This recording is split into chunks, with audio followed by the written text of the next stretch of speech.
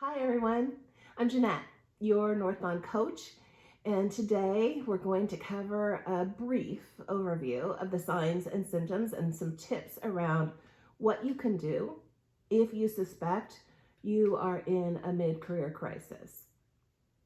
Now, I know if you're here, you're probably having some suspicions that this probably applies to you, and you're probably sitting in a whole bunch of discomfort.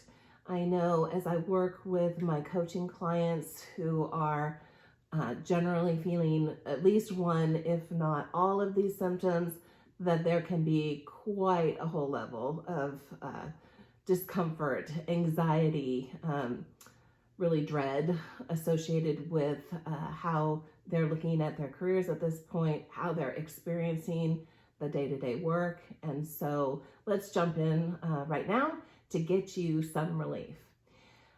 As we get started, I think it would be helpful to first clarify around what mid-career crisis actually means.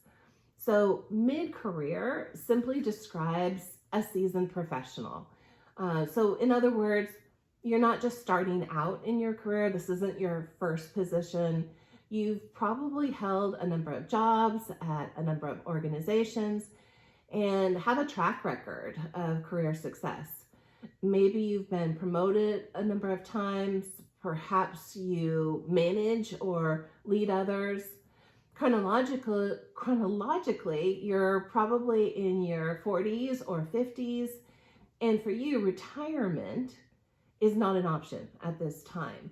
It may feel like it would be such a relief if it were an option, but it's probably not a practical solution to get out of the mid-career crisis for you. So that means taking a look at how to deal directly with those symptoms.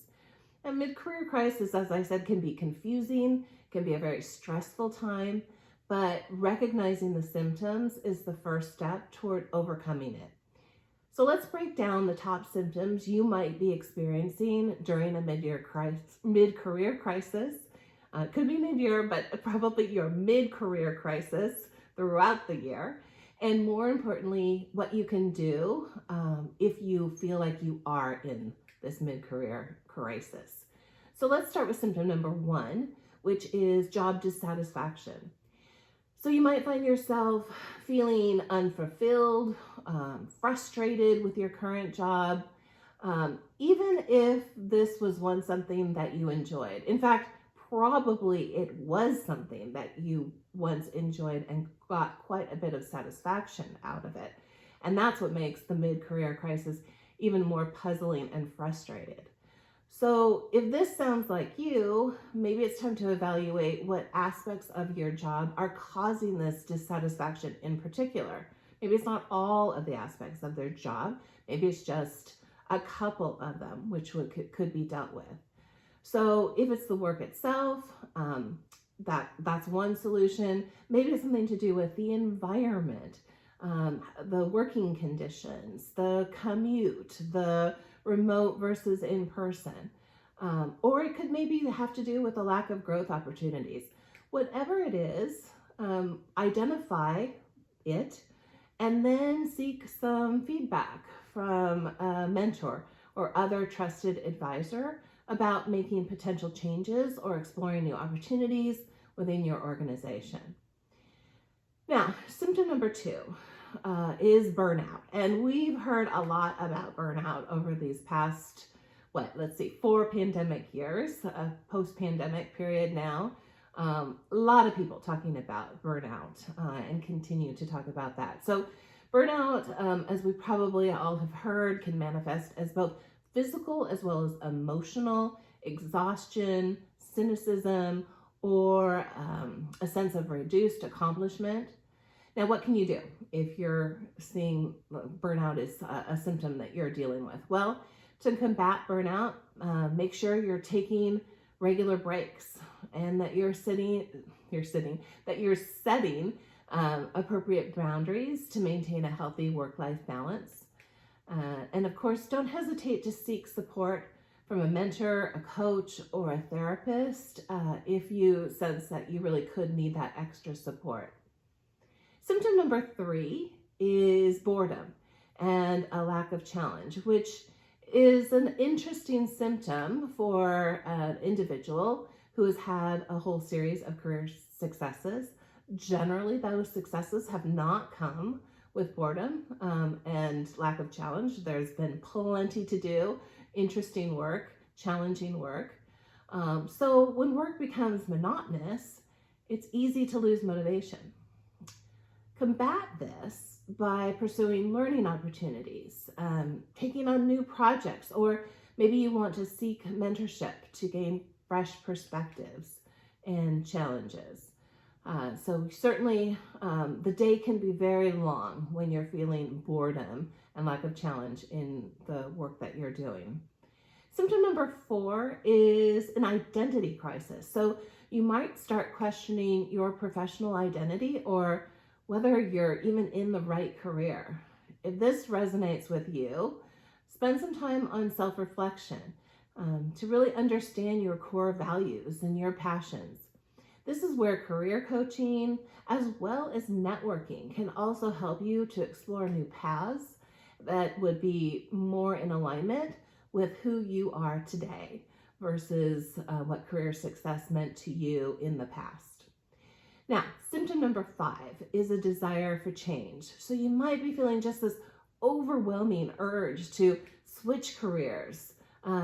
Maybe you want to switch jobs, look at a different role. Maybe you're even thinking of something completely different, like entrepreneurship. Well, to handle this desire for change, start by doing some research. So research about those new careers that interest you. Test the waters with side projects. So rather than jumping in with both feet, continue in your role while you're maybe taking on some additional side projects, side work, building in some different aspects into your current role. And of course, when it's time to make a change, you want to make sure that you have a solid plan for making that transition. Now, symptom number 6 is a decreased performance, which really shows up as a decline in either your productivity or your motivation. So sometimes it doesn't show up as actually anything different in your work output because you're kind of muscling through that, but it's harder to get that done. So your motivation is really taking a hit. So you're having to really dial up the effort to get the work done.